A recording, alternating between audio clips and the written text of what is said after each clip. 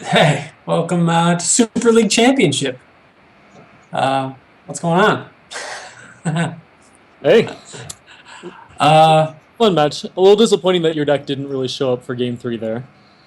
well, actually, I feel like my deck didn't show up for game two. Game three, it was just, you just got me with the Dragonlord. Being able to take my Gideon and kill it is pretty insane. Yeah, I mean the game is very different if the Gideon just comes out on turn four. The turn Yeah. six Gideon is a lot less impressive. Yeah, and I didn't. I held it back on turn four because I wanted to be able to play it with the command mana up, just because it was so easy before for you to like kill my blocker and then make your creature big enough to kill my Gideon. Yeah, Um, that Gideon still got very good value. Like you're talking about the one in game two where I just killed your token and your other token with two removal yeah, spells and Gideon. Yeah, yeah. I mean, I think you're fine if the Gideon draws out two removal spells. I think that was a very good trade for you there. right. So, I mean, the big thing with game three is that I was holding the quarantine field, and I was like, well, no matter what he does, Okay, I'm gonna be from my perspective, it just felt like you didn't have a lot of action, just had a lot of lands because I didn't see your hand and see that you actually had all these expensive like haymakers. right. The fact that I had the quarantine field is like, well, whatever he casts this turn, Can deal with I'm it. I'm gonna Yeah, be able to deal with the Secret of the Way and that. But the fact that the thing you cast took my Gideon and then destroyed it, and then at first I just totally forgot that you would ultimate it. I was like, oh, he's gonna make a 2/2. That's no big deal. And then I was like, oh, but just because I had not seen that interaction before. yeah, that is why Dragonlord Silumgar is in the deck. Actually, is that interaction? The Yeah, yeah. fact I just hadn't. I it's just haven't such a really. good answer to Gideon. I watched the Pro Tour, of course, but I haven't actually played Standard since a couple months before the Pro Tour because my next events are limited and modern, so I just haven't been playing Uh huh. Standard. So there's a few interactions that I haven't totally that I haven't seen yet, and that was one of them. I just hadn't had that done to me yet. So that's all right. You got revenge for Vintage Super League, where we had no fun whatsoever. You didn't even have a little bit of fun then. Not really, because I mean, in Vintage Super League, our matchup was so bad. Like I just remember Yeah. watching the replay, and Luis said, "Well, Bakula's opening hand here looks a little weak. Maybe he should consider mulliganing." And I remember thinking in my head, like, "This is not a great hand for me. I'm only like 85% to win this because the matchup was Yeah. so absurd." Um, yeah, but I don't know. Your deck seems cool. What are the weaknesses of it versus normal Jeskai? So it's a lot worse against removal. It's a lot more susceptible to just getting its creatures killed against decks where Treasure Cruise isn't going to win the game. So against like control decks, it's a lot worse against control because control has inevitability against you, and you don't actually like you just can't pressure them at all. Normal Jeskai can get in some hits with Mantis Rider and actually like make the control deck's life total matter, whereas our threats are just very anemic against control. Right. And actually, against green white, that's kind of true too. If they have a lot of removal, because my removal just lines up so poorly against green white's threats, they're just so resilient that if green white can actually control my creatures, then the matchup is pretty bad for me. But if they can't, then like my creatures are just more powerful than what the green white deck is doing. Yeah. Yeah, it's funny how from your perspective the game felt so different. Because Yeah. I felt like I was winning, and then all of a sudden, Yeah, yeah. Well, we both just had like 6 mana haymakers in our hands. We both thought we were in good positions, and mine right? just kind of trumped yours. Yeah, Because game I was two. actually holding two Dragon Silumgars in that third game the Yeah, whole time. yeah, game two. I just kept a mana heavy draw, and I haven't played the deck before, and I was like, well, I sideboarded in some Mastery of the Unseen. Like I basically, my deck was just Brian Brown Doan's deck from the Grand Prix, and I talked to him a little bit about it, and he said bring in the Masteries. So I have. So he doesn't really like Wardens on the draw. So it's like I have two Masteries in my deck. I still have the Wingmate Rocks. Like I have things to do with mana, so I kept kind of a mana heavy draw, and it didn't really work out. Um, so I don't know. It was a cool match. I like standards. Yeah, the games have play out pretty interesting. Yeah, I mean Getting it's just so much more about the stack than previous standard was. so much more about the stack, really. Yeah, I mean you're casting instants. I'm responding with instants. You know, There's a lot more. I mean, think of how much more Treasure Cruise seems. Treasure Cruise and Dig are played in different. I feel like they're played in different decks now than they were before. It seems like there's a lot more spells. Before Dig, I felt like it was only an Esper card. It was played in Jeskai before too. It's more that like Jeskai's good. Jeskai actually got good, so you see it. Yeah, I mean that's obviously what it is. I mean, Jeskai being good creates games that feel almost more like modern than standard sometimes. Yeah, very true. Not quite that good. So we got another match coming. I guess we should talk about that. Yeah. That's what we got here. Cedric versus who? I don't even know. Paul? Oh, that's gonna be popular. People like Paul. Yeah. Why don't we take a look at the deck list and kind of take a gander at what we think might happen in this match. All right, so here we have Cedric Phillips. He's on Naya Megamorph. This is no surprise if you've been reading his articles. He came out with an article on this deck right before the Pro Tour, really advocating the red splash. And I read the article and I thought he was dead on. I thought he actually just broke the three most popular matchups wide open by sideboarding these red cards. And I thought it was just like a huge upgrade to the Megamorph deck.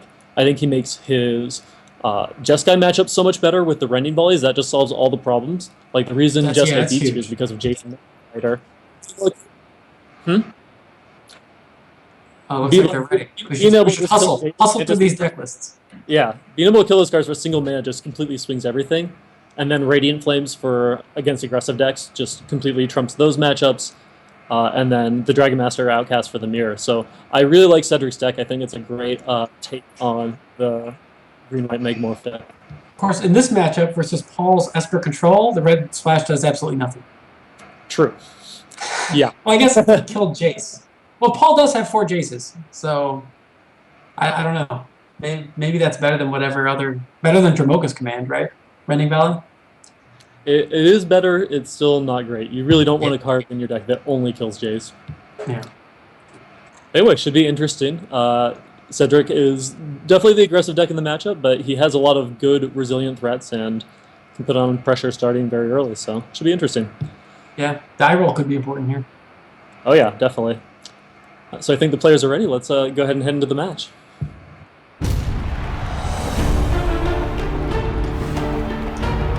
Oh wow, I haven't seen the.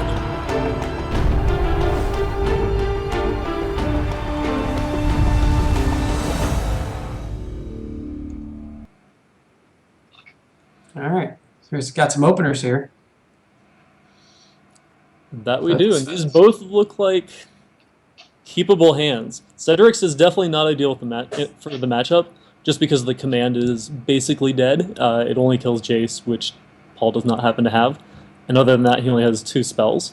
He can actually fizzle a complete disregard with the command. That is true. So it's actually not 100, just based on the opening hands, it's not 100% useless. In fact, it could play out where that exact thing happens. I don't know. I think it's going to be pretty hard for that to actually... Well, Paul just forgets about it. That's true. It's unlikely that he's going to do that, though. Like, he's played so much against green-white Megamorph that he knows, to play around Dramoka's command. Yeah. I mean, it's just a possibility. The ultimate price, though, kind of makes that a lot less likely. Yeah, since he's just going to snap off the ultimate price on this Warden. Oh, look at that.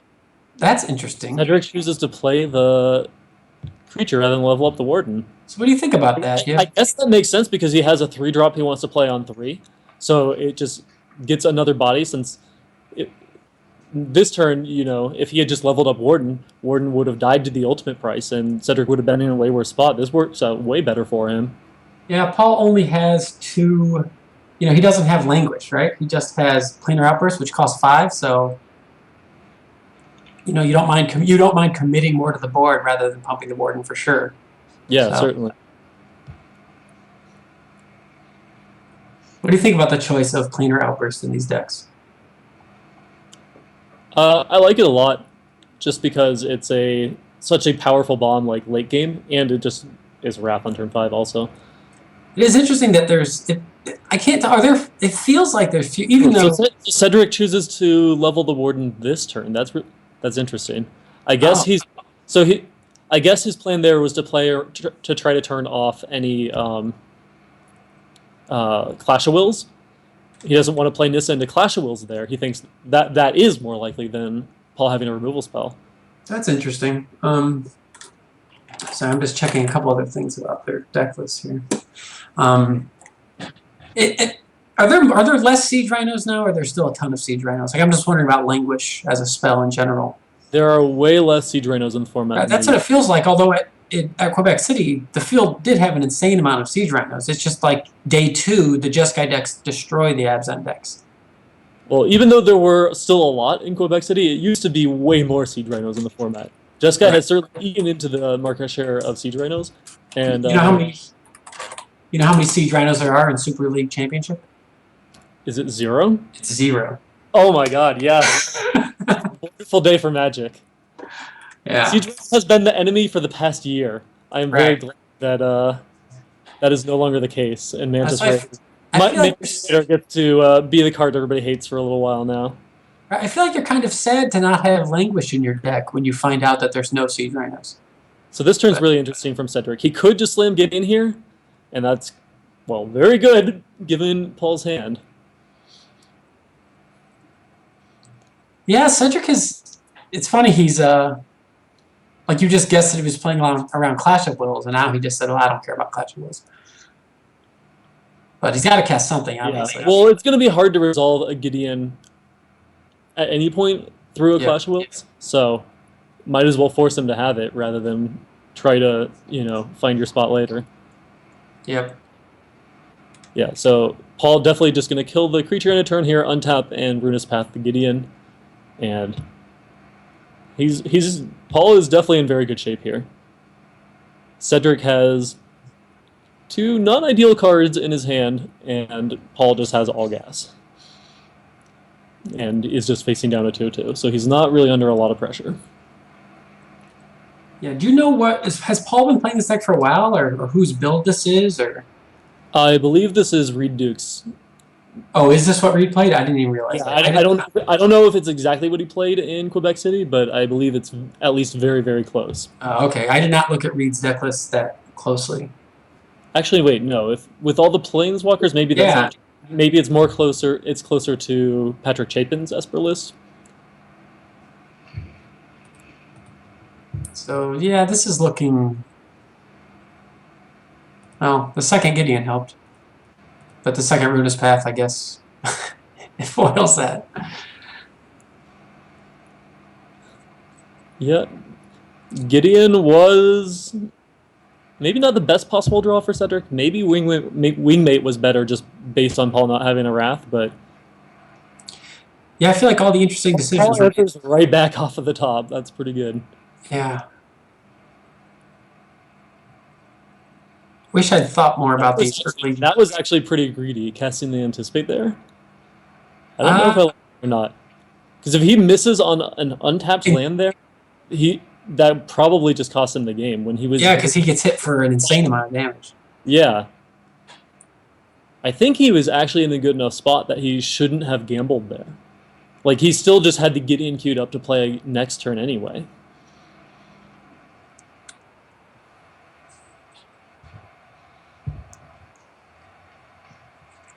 Yeah, so this is interesting. This is actually not that. This game is closer than we thought it was. It's funny, we've kind of been talking.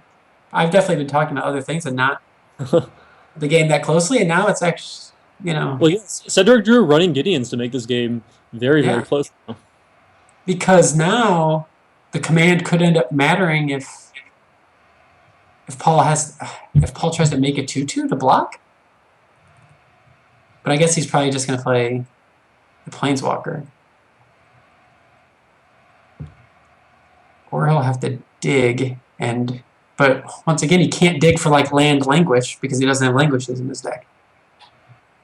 No, but he could dig into land plus Wrath and just play the Gideon still, since he can dig for 2 mana, and the Gideon kind of absorbs an attack. Oh, so he's using the command, which... Interesting.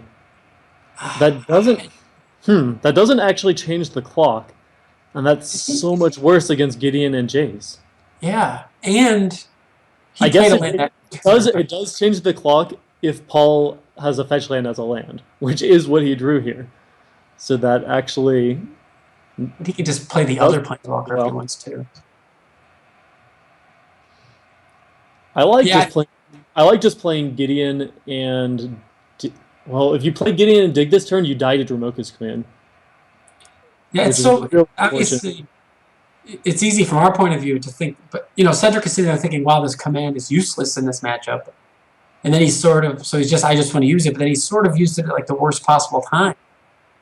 No, it actually worked out really well for him. Because Paul's fetch land was a fetch land, that one extra point made it exactly so that Paul couldn't fetch and be able to Gideon dig. Actually, no, that's not true. He would have been able to kill Paul through Gideon anyway. Right. But it did make it so that Paul's land being fetch land meant that Cedric was presenting lethal. So this is good. Guaranteed flip Nissa.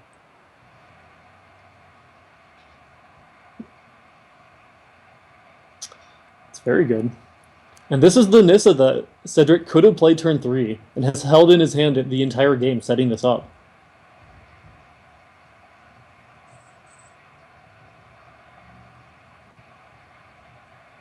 So do you make a 4/4 or draw a card here?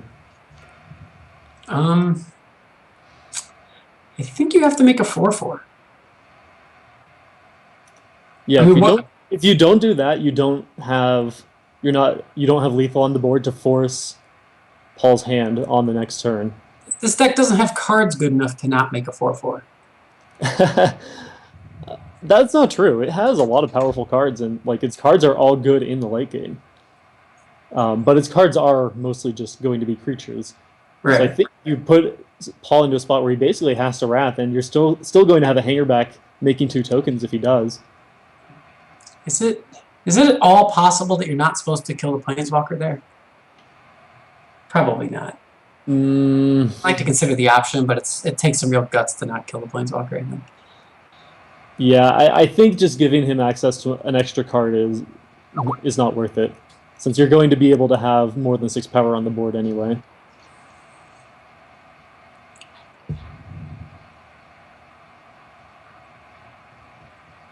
Yeah, I think you just have to make the creature. Especially now that he's tapped out, he's obviously going to make it. But oh, wow. To live. He's got the hanger back. Yeah, Paul's still in a lot of trouble. This Nissa is going to be a serious problem. So he can dig this turn, and he has to take an untapped land. So I'm pretty sure he wants to do that. He doesn't really have time to cast this dig otherwise. And untapped land is not really that bad.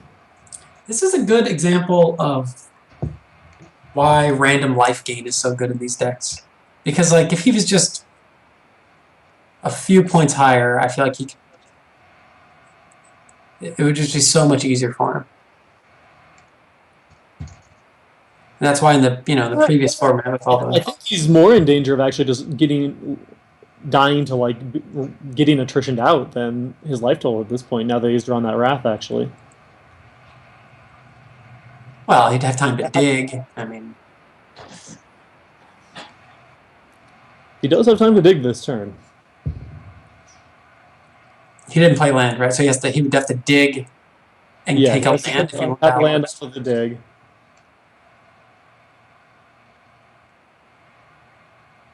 He'll go down to 3 from the attack.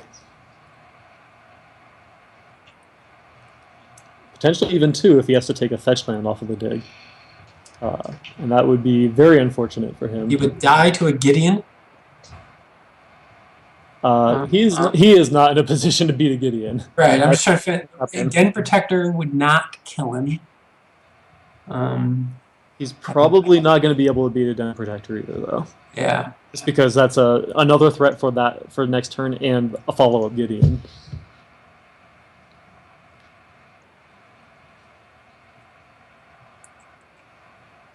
This is amazing. I mean, basically... Casting the dig. Interesting. And he doesn't know... I guess he doesn't know what he needs? Or he doesn't want to take the 1 damage until he's sure he can absorb the damage? Could that be it? He's going to need to use this land, and he has a pretty good idea what he needs. He needs Cedric to brick this turn, and then he needs to be able to answer this Nissa and these 2 tokens.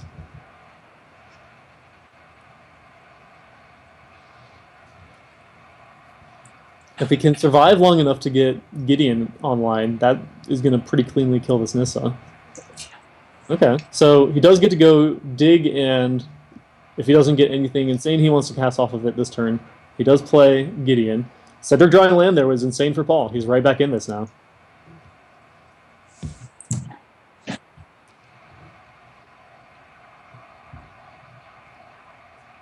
Actually, Cedric drawing land, which is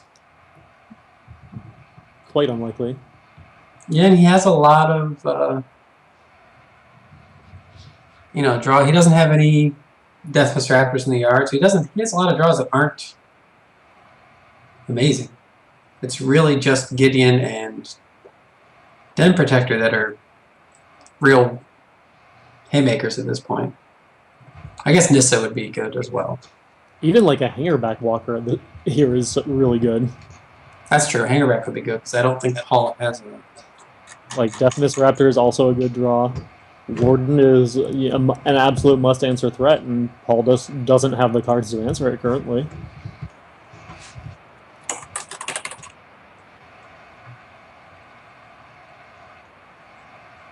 Yeah, I guess the trample on Warden could end up.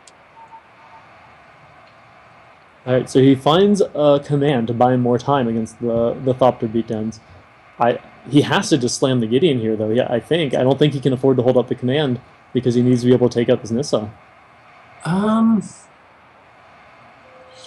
That's interesting. Well,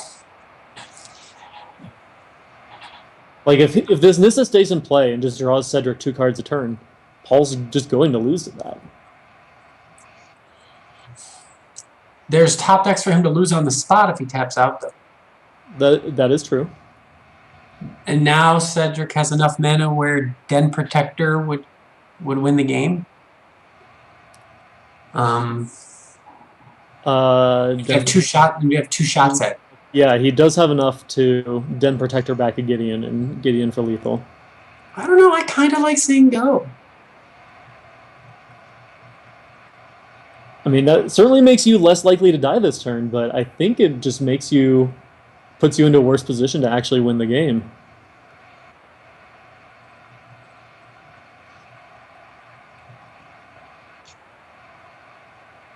Oh, little deck thinning time. Much more convenient on Magic Online when you don't have to actually shuffle. Well, Paul's decision pays off. He would have just lost and he played the Gideon. Yeah, that was a ridiculous draw.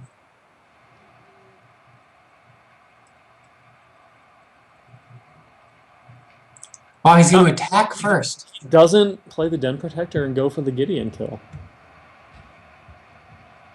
Huh. What? So when is he planning on casting this? Well,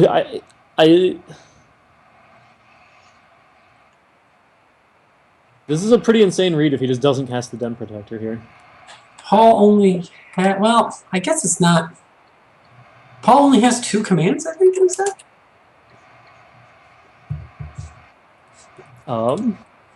Yeah, he does only have 2. Hmm. He does have 2. He does have 2 Scatter the Winds too, though. That's. Yeah, that was just a great play from Cedric. Like the fact that Paul just took a lot of time on his turn deciding whether to make a play or not. Like it seems pretty likely he's going to have a counterspell there. Yeah, because and Cedric's definitely in a spot where he can kind of just sit on his board and force Paul to react to it, and then go for the Den Protector Haymaker. Right, he has to dig through time and set go. So you're right. He's extremely likely to have a counter. All right, so it's finally time for the Gideon to make his appearance, right? No, apparently not.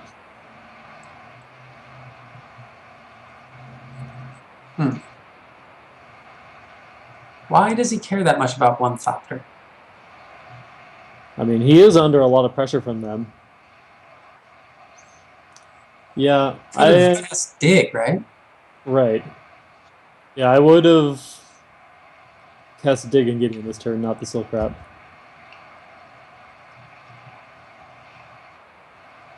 Hmm.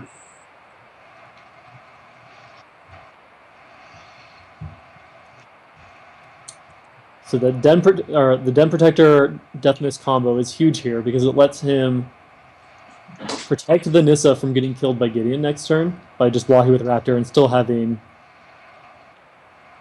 So uh, what? both So of those attackers available. what is he going to get his Gideon back? And he's so you don't think he should cast Gideon? No, I think he should just play both of those and pass. Actually, maybe getting Gideon into play is better than Raptor. That certainly plays against a Wrath better. At this point, the thing you're most scared of is Ugin, though. So I think it might just be better to get two morphs in play. You can even face down the Death Mist Raptor, since you're presumably blocking Gideon with it anyway. This is tough.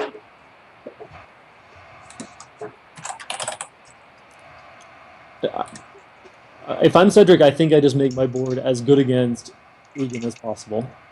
Oh, wow. Yeah. He can also make a fourth. He can actually do it all. He kills him, right? He can play both Morphs and Gideon if he wants. It's probably better to just Den Protector, though.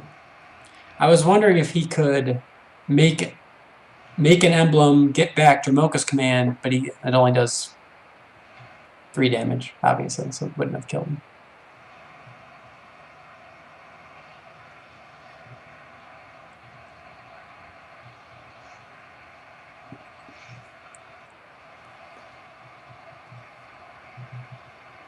Yeah, that was big. So you absolutely want to make sure you have a face-down morph in play here. I wonder if he's all right. So I wonder. I'm trying to think if nothing really beats you other than Ugin here. So does it make sense? Does it make sense to just play both of these morphs face down, and then you're gonna kill through an Ugin maybe? Is that true that nothing beats you besides Ugin? There's just no way for Paul to get out from under both of these planeswalkers, I don't think.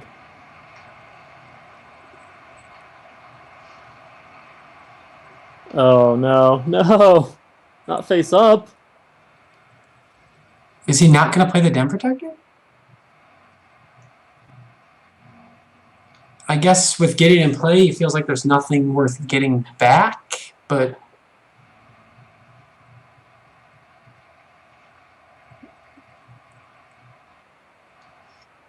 okay. Once he played the Death Mist face up, he definitely needed to get the Den Protector. So Paul can't Ugin with a dig. So Paul could really be paying the price there for not casting Dig Through Time. Although he actually would have died if he cast Dig Through Time, right? Because then a Gideon Emblem would have... No, Gideon Emblem still would have only done 4. No, but then the Dramoka's command would have killed him. That would have been... He could have gone exactly Gideon... He had used that fetch line anyway. He wouldn't have been in any danger of dying had the Dig gotten cast earlier. No, you're right. He had another token from Silk Wrap. Right, if he hadn't cast a Silk Wrap, he would have actually died to the emblem plus the Dramoka's command if Cedric went for it, but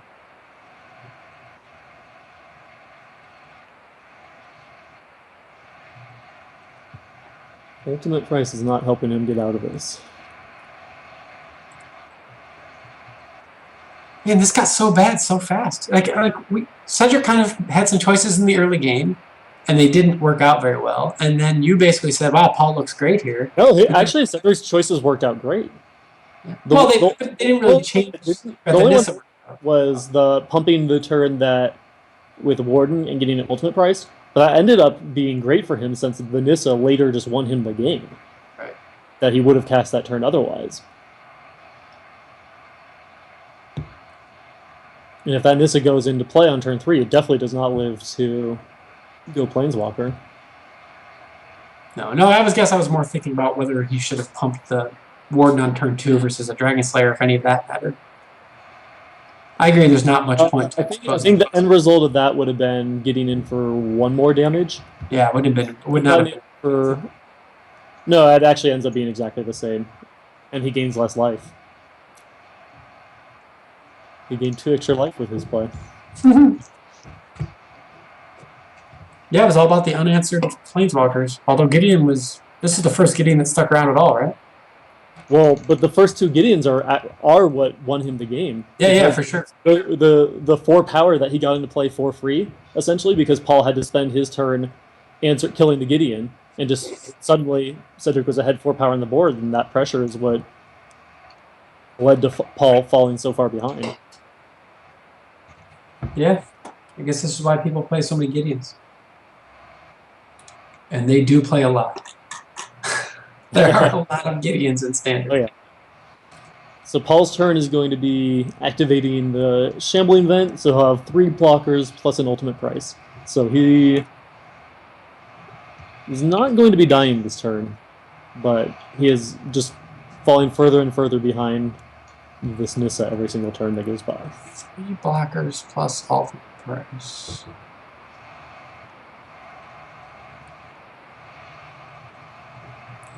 Wait, 2 blockers. Oh, he didn't activate Gideon. Right. But so Gideon can attack. He could even... What could he do here?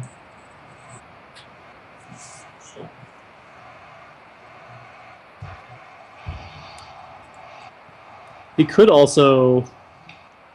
Could command. He could make an emblem with Gideon, rebuy a Gideon. I think he wants to attack with Gideon, right?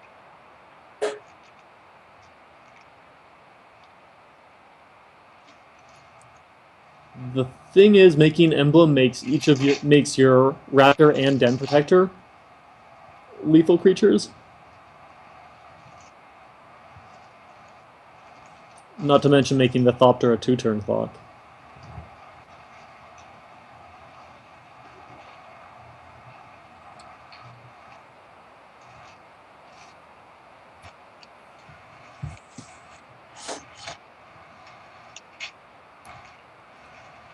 Again, all it needs to avoid losing to here is Ugin.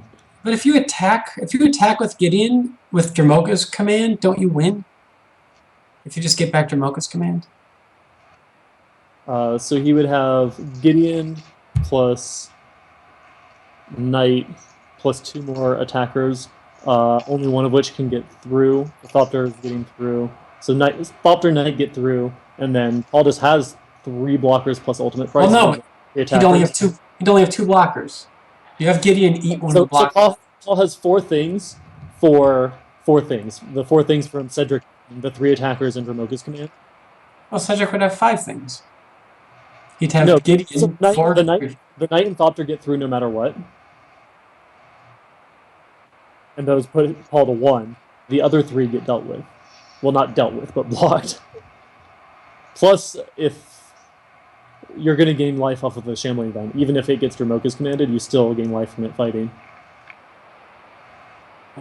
The Shambling Vent does gain life.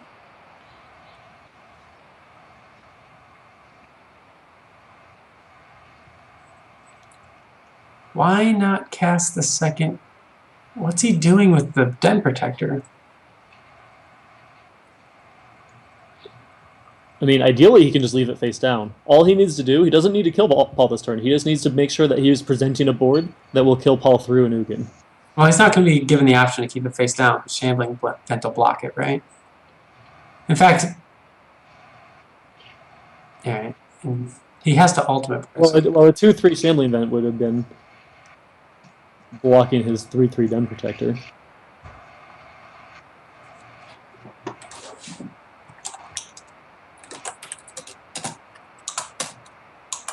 Wait, it can't block Den Protector, right? If it was still face down, I'm saying. Oh, right. That's what I mean. If you Den Protector gets ultimate price no matter what. That's the only way to stop it. So I think that if that is that what you want? Not sure. This is a little tricky. I don't know if any of it matters, but Definitely like doing this. He's using his worst creature to fight the Shambling Vent.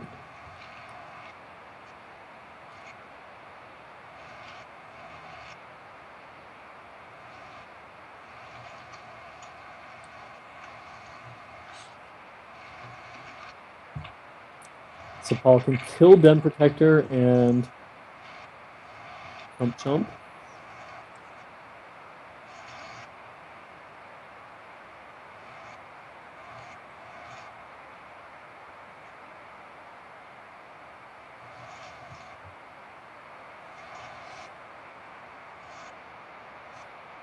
And now even if Paul draws Ugin, as long as Cedric plays a face down morph this turn, he wins the game through Ugin.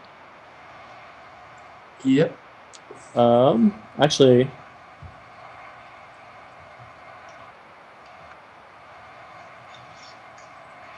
not true, because Paul would be able to keep his Gideon and make a guy, so he would have a blocker.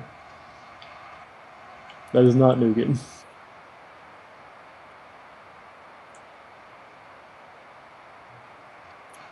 And big help there.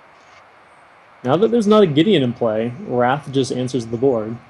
Yeah, that's why I don't know if I like not using Den Protector to just make sure you always have a Gideon.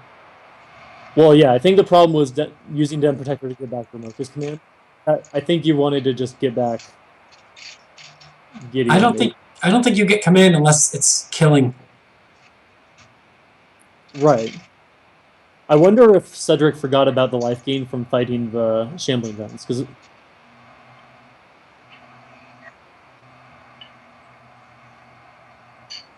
go.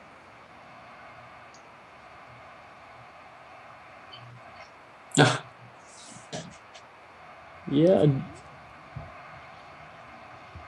I'd be surprised if Paul ends up surviving this turn. Yeah, it's not that likely. So now he's going to eat the Shambling Vent again.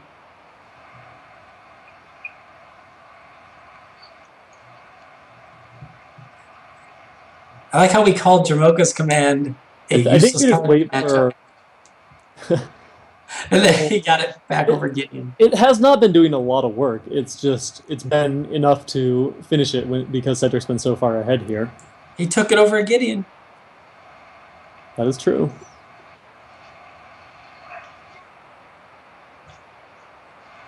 Now, this has been an interesting game. I feel like there were a couple. It's funny how Paul leaving up the Ojutai's command, which kept it from losing on the spot, kind of supports your theory though that you shouldn't do that because you're just going to lose anyway. Right.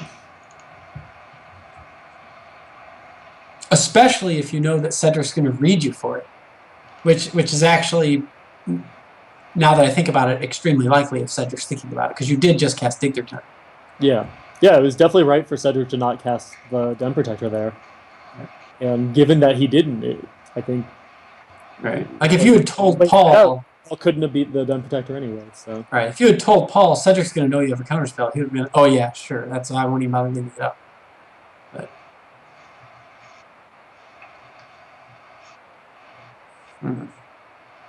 So he can just put a counter on his flyer to win here? Oh no, because the Shambling... Yep, he's gaining 2 life. Well, actually, wait. How big is his? Is there a way for him to kill his own morph so that the Shambling Vent doesn't gain life? It is a hidden Dragon Slayer. Does that let you kill your own creature? I don't think Dramoka's commands lets you fight your own creatures, unfortunately. No, you can't fight your own 2 creatures. No, it's an opponent control, so he can't have Hidden Dragon Slayer suicide. That would have been fancy. Oh no!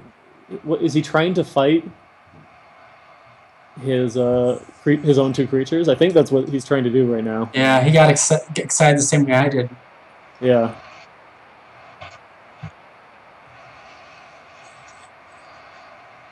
Fancy play not needed here. So what is happening? Is Dragon Slayer small enough to die to that fight? Oh, it is. So that is lethal. Oh. Well, there we go. I'll do it.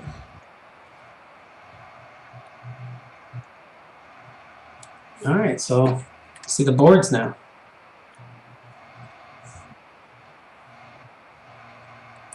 Oh, Paul's trying to confuse us here with these textless cards. So Cedric has to board out these commands, right? He does not have very good options for Well, this that's yeah. I mean, it really does come down to would you rather have command or Rending Valley? And I think you would definitely rather have Rending Valley. But you could just have Dragon Master Outcasts. I mean, you know, given the ways, like the way that game played out, it seems like if you just assume that the way you're going to lose is to an unanswered Jace, maybe you do bring in the Rending Valleys.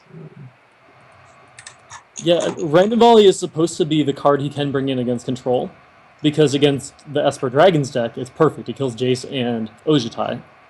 So it looks like deck without Ojutai, though. Looks like he left in the commands. This is where, and you know, this is where if we didn't have deck lists, Cedric might board slightly differently. But he knows, like... I mean, he knows that Paul's not playing Dragons. He can definitely tell that from the first game.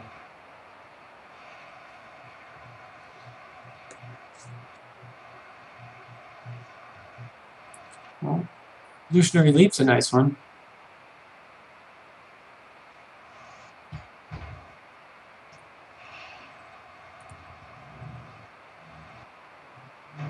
What do you like better in the matchup, Command or Rending Valley?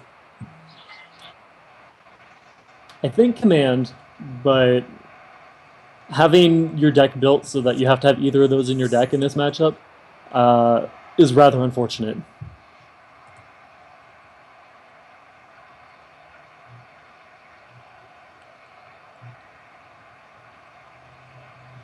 Did Cedric bring in Dragon Master Outcast? Yeah, he did. Okay. So yeah, he has those two and 2 Evolutionary Leap, and the cards he wants to cut are Silk Wraps and Commands.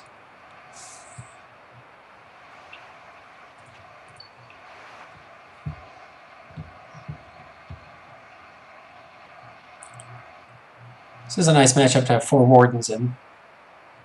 Oh yeah. Definitely shines in this matchup. Just comes down, can't really counter it, and then it's just a very, very fast threat. This hand is really great for Cedric. Just being able to go 3/3 Warden into follow-up on turn 3 with another 3/3 Warden with Gideon and Evolutionary Leap and Wingmate Rock, just perfect curve. The Warden is so good against... I feel like when they have planar outbursts instead of languish, especially when you're on the play, it's so much more damage that you know you can get through before a sweeper. I guess on the draw it's not as meaningful.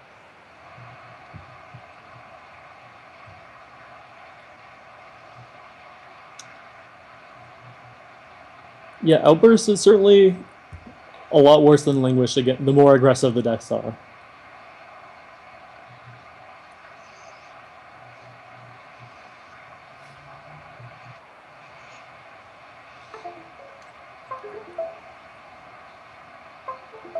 So it's going to be Jace versus the world here. Jace is definitely going to need to do a lot of work because Cedric has an excellent draw. And let's see exactly how much Jace can do. Oh. A lot less than he might have. I'm not sure what you said.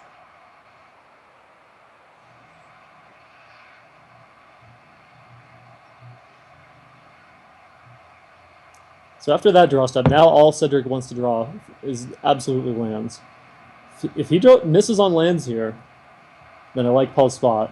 But if he gets to go Gideon into Wingmate, it's going to be a lot tougher.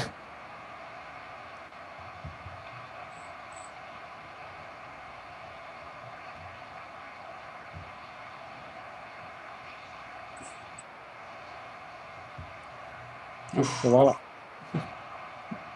So Cedric breaks, and Paul just has an awesome turn here. He gets kind of his choice of Utter Dragon, Clash of Wills, Dig Through Time this turn. So he can Clash of Wills that, or he can just let it resolve, cast Dig. Like, he doesn't know that Cedric's missing a land drop yet. If he does, then I think he just doesn't care about this lead, just because Cedric's not going to have mana to use it this game. You have an outer end in case it starts to get annoying. Yeah. But I think you still just want to take this turn to dig rather than even bothering to other end it.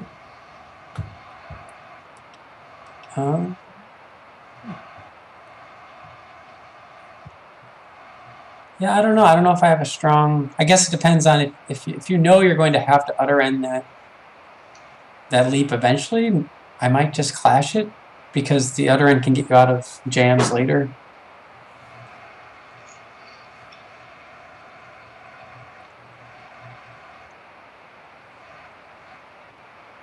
Just because what's your immediate plan here to not just start taking 4 a turn from this warden?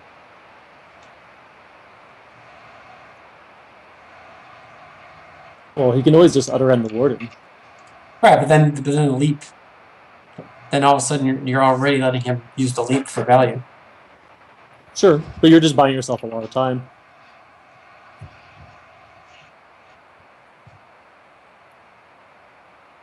What Paul really wants to do here is just slam a Planeswalker on his next turn. If he can dig into either Gideon or black untapped land and Obnixilis, that's just insane. Obnixilis would be amazing, for sure. Yeah. Yeah, that's definitely the best possible thing he can do next turn.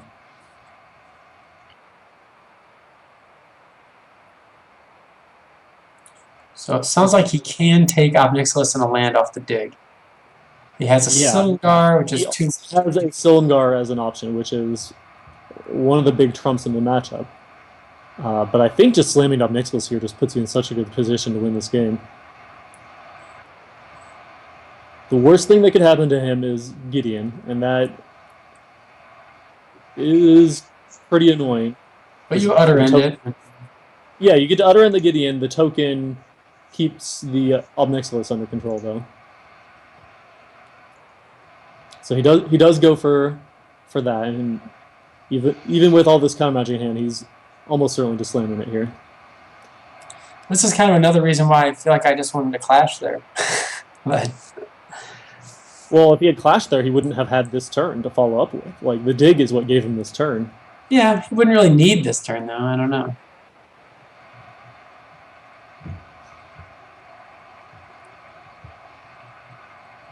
Okay, so Cedric does find the land for Gideon.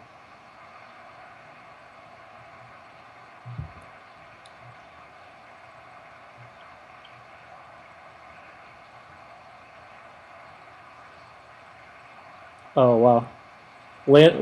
Paul definitely needed a land here. Now he can utter end Gideon, and as long as Cedric doesn't draw land, he has Clash of Wills for the follow-up. Yeah, well, that's going to be a point in favor of not Clash of Wills, because that's going to be filthy if that works. Yeah, I just don't see this leap doing enough here because Cedric is so pinched on mana.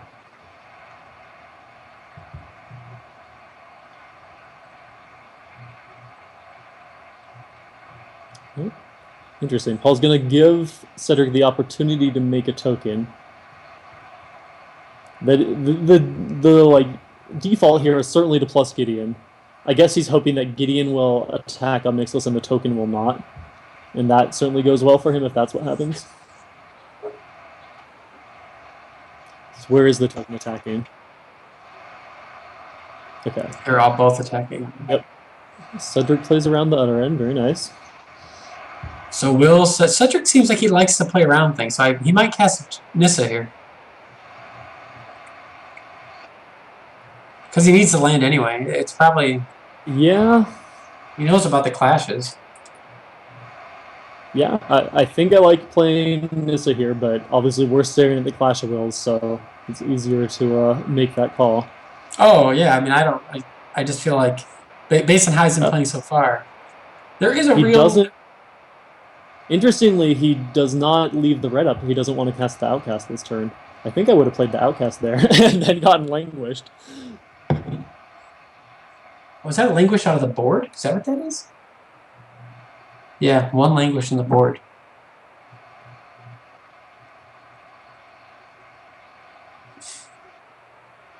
So now we're kind of seeing the opposite of what happened last game, I think, where Cedric managed to flip the Nissa and just bury Paul under that Nissa. Now I think Paul's going to be able to take firm control with this Obnixilis, just outdrawing Cedric, even through the leap, which is doing some great work. As long as he draws a land for all his draw steps, Cedric's going to be in good shape. Because he's always going to have creatures now. Yeah, he's going to have infinite gas for sure. That leap is like permanent now, which is what I was kind of trying to avoid by just clashing it. But I mean, you have another other end in your deck. You have Jace's in your deck. You can eventually deal with it if you need to.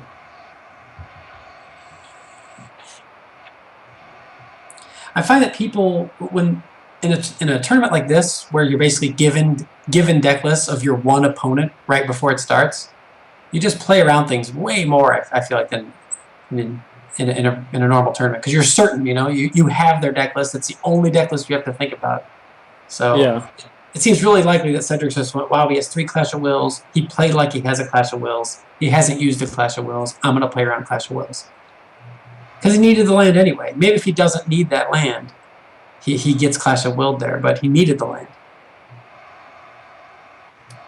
I love Cedric's play this turn.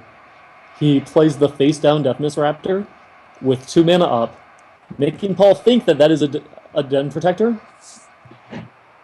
Yeah, it's a great play. And likely going to lead to this Deafness Raptor getting into the graveyard, the Den Protector, as follow-up, getting it right back into play. Yeah, I think I was just more afraid of this leap.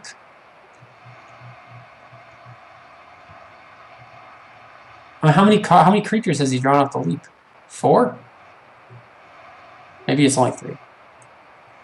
So Paul kind of wants to just Wrath this turn so that to keep the Outburst around.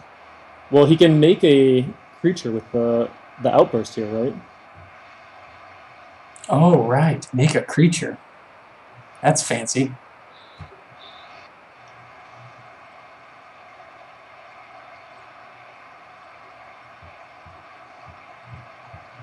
And Cedric's play really coming to fruition here because Paul was expecting a Den Protector flip there. No value off of the Evolutionary Leap. Instead, there's suddenly a Deafness right where Cedric wants it, and he gets to leap both 2 times there. Just awesome. It's another thing when we were talking about the Bromocus commands. We totally forgot that Paul had 2 Silk Wraps in his deck, which is very unusual for Esper. Yeah, that makes command a lot better. Yeah. Not that getting a Warden back at this time is super exciting, but given that we have 7 cards in our hand and infinite things to do with our mana, the Warden is about the last thing I'm looking to get to right now.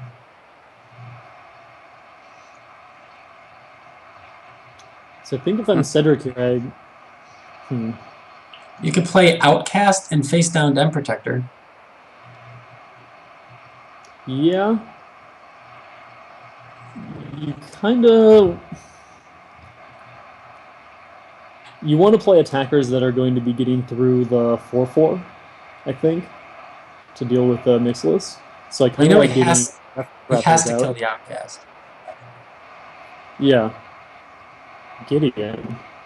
I'm not sure. That I'm not a fan of just because it's so susceptible to getting attacked by this 4/4. What's he doing? Oh, okay. He pluses Gideon so that 4/4 can just attack it safely. He doesn't have to worry about trying to protect the Gideon this turn. That just seems a lot less effective than...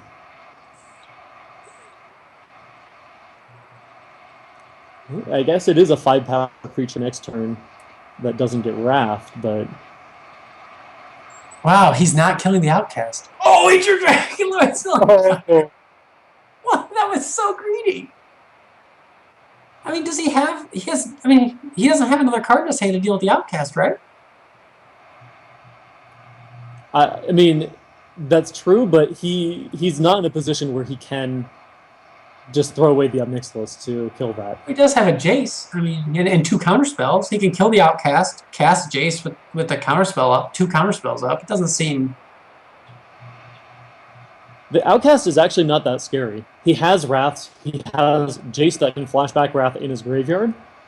And the Outcast does not immediately do anything to the Obnixilis. Like, I think the Outcast is actually just not a very good threat from here, given Paul's access to a Wrath. So what do you take with this Silumgar? I think you have to take the Gideon, otherwise it's just attacking. Yeah, I think you have to take Gideon as well. You just take Gideon and make a token. I think you're kind of just banking on this Dragonlord living, and if it does, you win the game.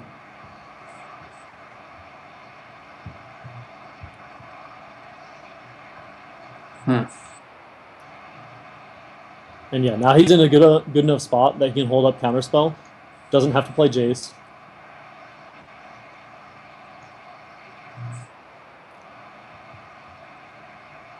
There is a command in the yard. Yeah, but fighting the Dragonlord Silumgar is not the easiest. He does have Deafness Raptor to trade with it with the command. Well, he also has a 5/5. Right, but if he loses that, that's so much of his way back into this game. Like, he needs that dragon to be able to kill the Obnixilis, probably.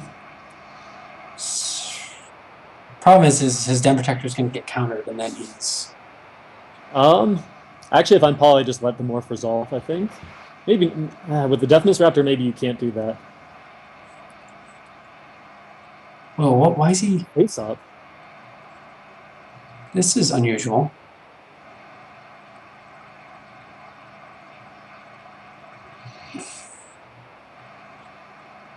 Huh.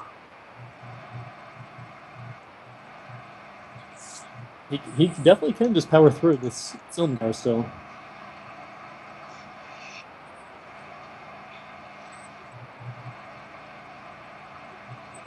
All right, now it's time to take out the Outcast. Although then you do have this dragon that's a problem.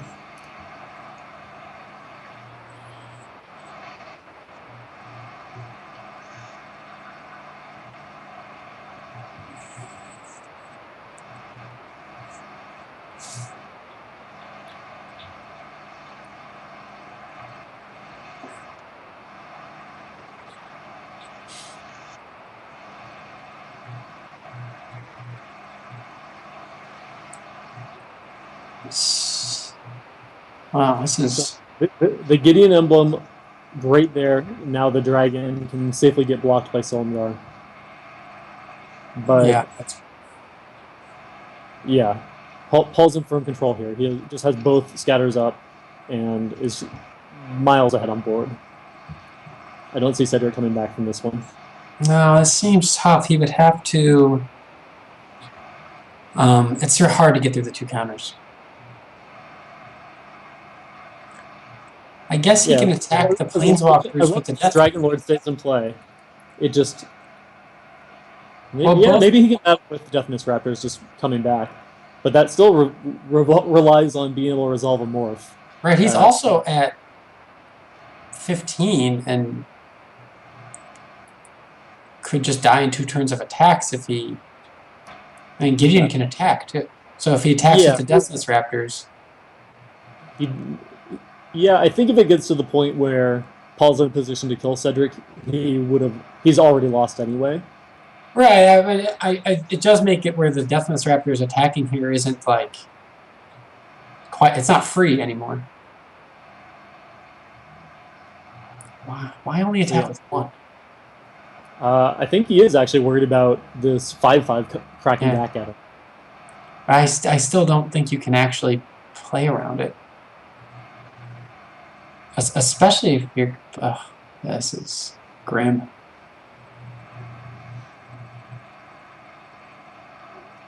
So if you're Paul, do you counter this Wingmate Rock? Oh yeah, you just Clash of Wills this. Yeah, 100%. Yeah. If you didn't have the Clash, I don't think you would scatter this, because I think it just doesn't do anything. All you need to do is protect your Silumgar, and that kind of runs away with the game. Well, that would be 3 flying attackers, and you are at 8. Another counterspell has to just cement this here.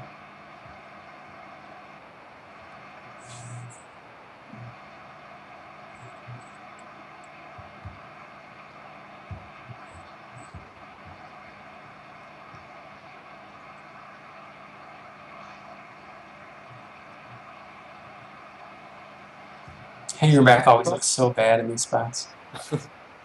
Yeah, at this point in the game, it is certainly not great. Paul, I think debating whether he wants to attack with Gideon or make a token. I think you just want to make the token and have that to block Deafness with. And you can start attacking the following turn. Well, he's probably also trying to decide if he wants to utter end anything. Yeah, I don't think so. Actually, maybe you can just utter end the Deafness and then attack for 10. That actually sounds great. 2, 3, 4. Yeah. Well, he can utter end the deathless and attack for more than 10. Attack with Gideon's. He attacks with Gideon and his 5/5, right? Can he attack with Silumgar too? He could, but there's no reason to. It has 4 power. Cedric can just take it, and then he has. Oh, right. I'm sorry, he's 1 damage short. It'd only be 14.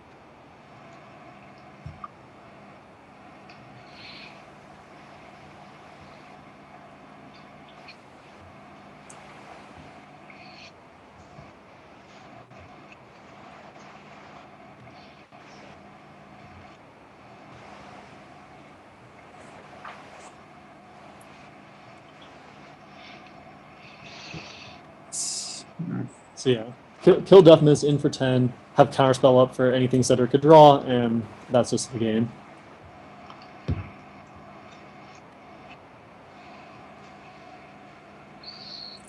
Dragonlord Silumgar is certainly looking good so far tonight.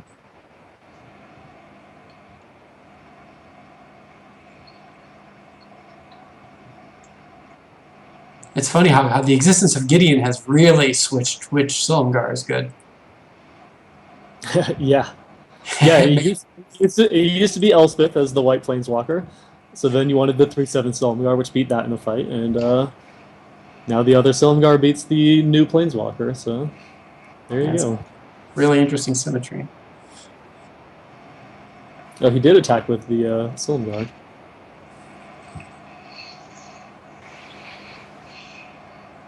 So now...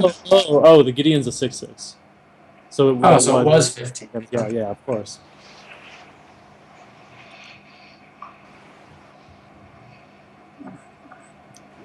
I guess he figures he can't go for both hangerbacks here. He just has to go for all the glory. Yeah, I mean these hangerbacks are just getting sacked and then chumping. He needs to get more than 2 tokens out of each one.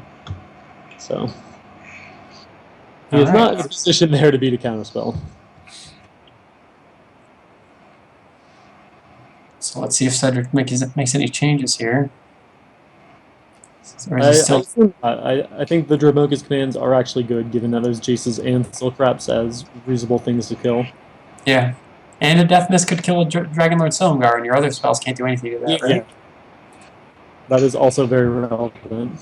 So Cedric really doesn't have any options for his sideboarding. Paul, on the other hand, he can do things a little differently. Not sure that he wants to.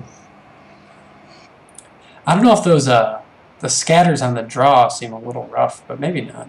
Maybe you just need him to win the late game. Yeah, I mean, you really want to be countering things like Gideon's and Wingmate Rocks, so... Den Protector. Yep.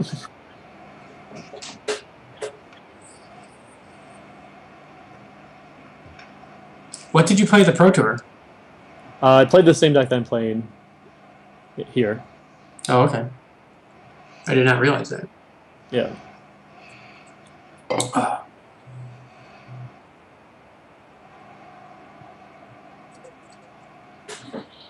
Yeah, what do you think of these? What do you think of these Silk Wraps in Esper? The 2-mana removal spells are not great. You can only play so many ultimate prices, just because there are so many things that get played that don't. But you're taking like 25% of the field, having a really kind of dead card against you, and making it. I guess the idea is like by the time they cast it, you don't care about that dork that they're unearthing from beneath the Silk Wrap. You definitely care. I think the idea there is that you try to use the Silk Wraps to kill off Hangerback Walkers, and then the command still doesn't do anything against it. Yeah, that's true. Every deck with command has Hangerback. And, of course, it's great against Jeskai, so... And if you have to take out a Warden, it's not the end of the world if they, later in the game, remote this command and get it back. That's exactly what happened last game. He didn't bother getting it back. One land from Cedric. Well, so Cedric definitely has a mulligan on his hands. Paul's hand is interesting. On Paul's the hand play, also... that's the keep. On the draw, you're potentially facing down a lot of power with nothing you can do about it. Seems like a mulligan. Oh, I guess this is a terrible hand. So Paul did keep his, and Cedric. Yeah, this is a reasonable 5. If he can just find some lands, he has a good curve here. If kind of a bummer. Well, this might be over. Well, not quickly because Paul's playing control, but it will effectively be over quickly. Did he leave on top? Trying to find out if he left. So he left it on top. So he's drawing. Right. Sounds like we have a game on our hands then. Oh no. All right, so we have a split now. We have a split to see if we get to play a real game here. I just realized I haven't been reading the Twitch chat this whole time. I don't know what.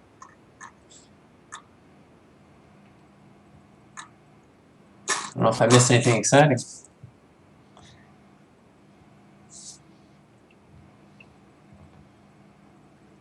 Yeah, this is kind of not. This is not what I wanted for game 3. Let's have him start over.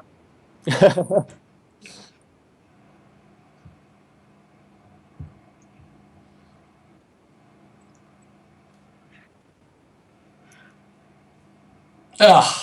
All right. So crap. Cedric's window has closed here, I think. Yeah.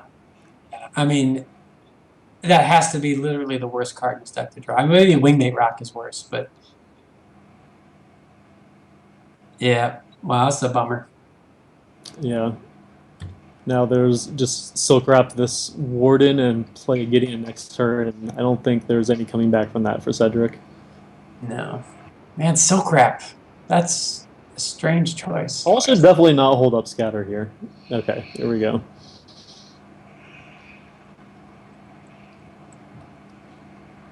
Yeah, there's nothing to scatter. Oh, Wingmate Rock.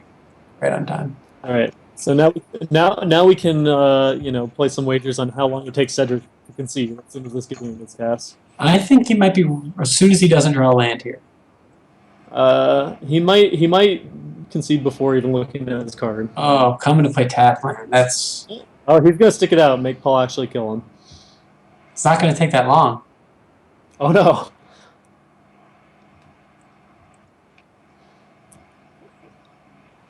Paul played a 7-power creature for 4 mana. That's going to kill very quickly. Well, so what do you think of this matchup? Is this pretty typical? Close games, or?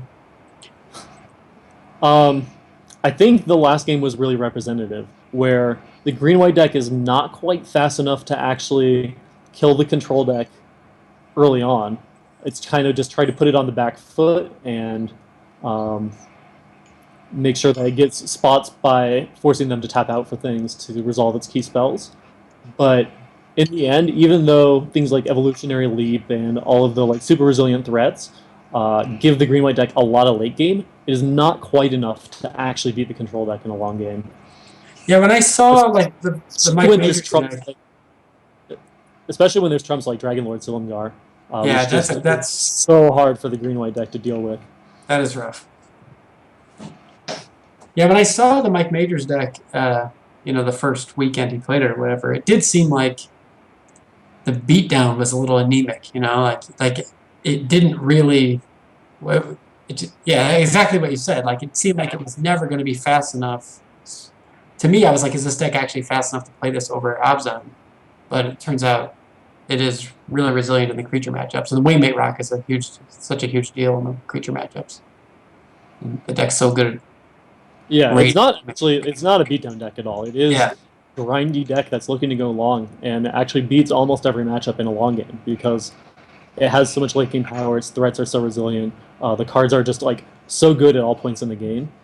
That like your Jeskai deck probably does not want to go long against it, for example, but control decks do. That's the one matchup where you really just can't win the long game.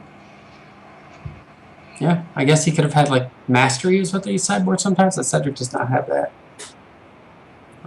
Yeah, that is another evolutionary leap like card where it gives you a lot of like staying power.